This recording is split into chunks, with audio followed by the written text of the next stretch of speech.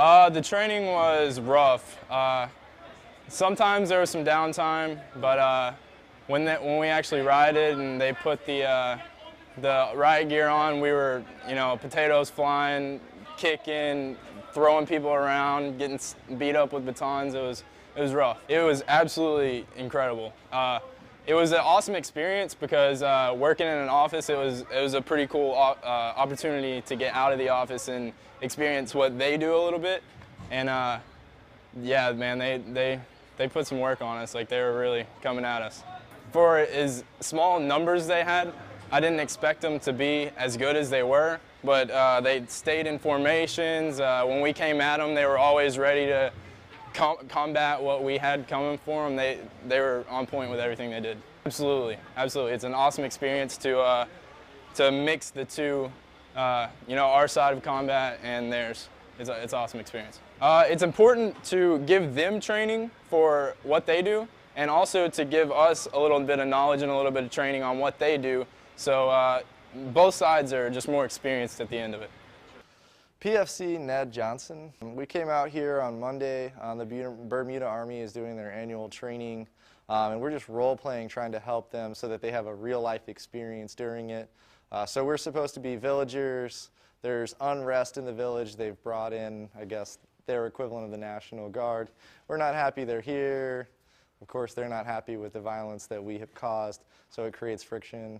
So it's been them learning what they would do in scenarios in which we either act violent or act peaceful based on what we've been told to do. And they still have to interact with us. Even if we're being friendly, they have to give us water when we need it. So they have to be able to figure out what they would do in that real-life circumstance. It's been really good. From the beginning, we've been able to see them get better. So especially the first couple of times they interacted with us, we started shouting and moving towards them. You could tell there was a very serious unrest. But the more they went through their actual, standard operating procedures and did what they were supposed to do, the more they felt confident, and so thus the training works. A lot of what they were doing, I'm not even sure what they were calling it. Police order, I think, is what they would call it. We'd call it riot control. But a lot of it is, we're charging at them. They've got riot shields, and we're mad, and they get mad in the process. So police order and controlling the crowd was a lot of the training. And then a lot of it was them having to patrol through the streets. Yesterday there was a drive-by shooting where we were mad because the police or the Army was here, and they weren't protecting us because now there's people in the streets with automatic machine guns. So then they had to deal with trying to protect us from whoever that drive-by shooting was. So it was kind of almost a role reversal in that they needed to protect us now from an enemy we didn't even know existed. Each time we train with foreign armies, so what the Marine Corps has been doing for years and years and years is building those bilateral relationships. And the Bermuda Army doesn't have a lot of places to train. We've offered them, Camp Lejeune, where we have thousands and thousands of acres and great training areas, so that obviously is going to foster a good relationship. They're going to want to come here, and they do everything they're supposed to do for us, and that's obviously going to make relationships much better. They did great. Like I said, like any unit, they started off a little shaky, and as the days and hours went by, they got better and better, and I think today was the best they had been. You always have to train like you fight. So Marines are obviously aggressive, so are rioters. So I think that really helped them be able to see, if they knocked a guy down and they started, beating on some dude who's knocked down, or if they knocked one of the girls over, we instinctively went after them. And so it gives you a real-life enhancement of what a riot might actually be like, and you can talk about it and you can work on your formations and tell them to put their shields up. But until somebody knocks you over because you don't have your shield up, you don't really learn that lesson. So I think the training was very good, to be able to experience what it would really be like, and then you learn those lessons a little better. We've been here for 2 weeks. We started off with a platoon skills phase, and then we did a free play exercise, force on force, with platoons fighting each other, equipped with laser equipment so that we could see who got killed and who didn't get killed. And then we transitioned on to the final training exercise, which was 4 nights, predominantly in an internal security scenario. The training's been excellent, and we're hugely grateful for the US Marines, 2MEF, Mick East for enabling us to do it, because if they hadn't, clearly the riot serials just wouldn't have worked. So the enthusiasm and the determination and the guts of the Marines to get stuck in when they needed to, but the discipline when they needed to back off has been excellent, and it's really enabled us to do the exercise. But for us, it's been a 2-week, really good shakeout. Most of our soldiers are part-time. In fact, nearly almost all of them are part-time, and they only train for about 1 month a year, 2 weeks solidly on an overseas training exercise, and then a mixture of evenings and weekends back in Bermuda. Well, our remit is internal security in Bermuda predominantly, and we also do hurricane and disaster relief, and we support the police. So one of our key missions is internal security, and we simply cannot do the training at this level, across this level of intensity and these areas that we have here in Lejeune. So it's absolutely vital for us to be able to come here and have a proper shakeout. We always enjoyed coming to Lejeune. We were last here in 2013. We were actually due to go to Jamaica this year, but because of the chikungunya virus, we had to find somewhere else to go to at relatively short notice.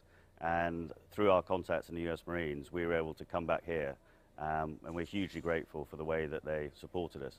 And working alongside the CivPop/rioters has been brilliant as well. And the blokes have got on really well, and at the end it was good to see them swapping souvenirs and so on. So relationships enhanced with the US Marines, already good, now even better, and we hope to come back again in another couple of years. First we done public order training, and then we guys moved on to building clearing. Then there's a mixture of KPs and VCPs and searches, so we had a lot of fun. Personally, I think everything went smooth. I mean, a couple times we moved a bit slow, but once we guys got into the thick of things, we moved smooth and worked as a team, and we all got the job done. The different types of training we did were public order. Public order is important because we have, anytime Bermuda goes into civil unrest, we are needed. We first on the ground, and we guys can control the situation. So it's mandatory, or it's important that we guys have this training so we guys can do the right drills and conduct the proper and necessary drills needed to detain a crowd or push a crowd back. Of course, I love the Marine Corps. No, even though you guys are hard, you guys gave us a lot of licks, the relationship is great. You guys are awesome. All right, day one was pretty much a teaching phase. We done section attacks, harbor drills, and patrolling. That was our main focus while we were out here. And then we moved over into a FOB type scenario, or IS, where we did patrolling within IS situation, building clearing, okay, spotting and recognizing IEDs, and occupying KPs and whatnot. In my personal opinion, the training went actually very well.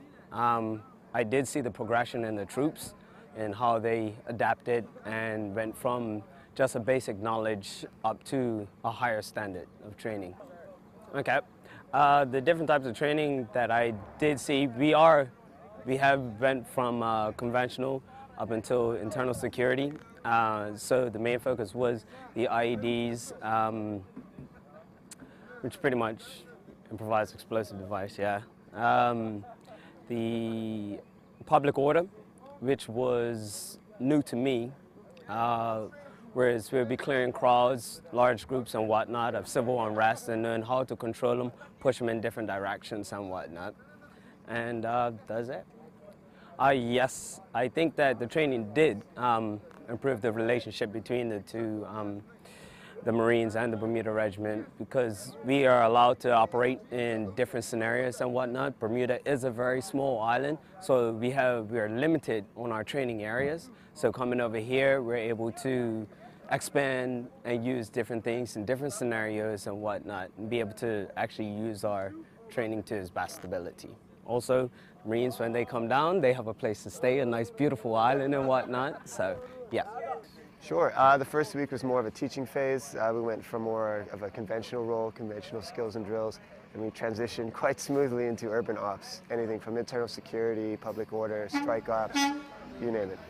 It was phenomenal. It was great. Started off a little bit rough because I myself, new platoon commander, my troops are fairly young as well, fairly new conscripts, so we gelled together. It was quite a phase just to get through, get to know each other, and see each other in the good and the bad. But once the training hit the ground, my boys were rolling. Explain to me the different types of training you did and why they're important. Right. Conventional training is very important for us. If we ask to be attachments for our British companions, that's very important because those are their skills that apply to us. But locally, disaster relief, public order, internal security, they're of utmost importance. In fact, it's our main priority. And it's our main priority because if there's civil unrest, we're basically the first responders. We need to hold the fort down. If the police can't hold it, we need to be there. Skills and drills are very important. Clearance patrols, on the conventional side, we switched that up for our urban ops because we help the police with strike ops. We help clear areas, very important as well. And also disaster relief. We're usually hit by hurricanes annually, so it's very important around the community, making sure that we clear the roads for emergency vehicles. Definitely. I haven't heard of any major dramas or any dramas at all.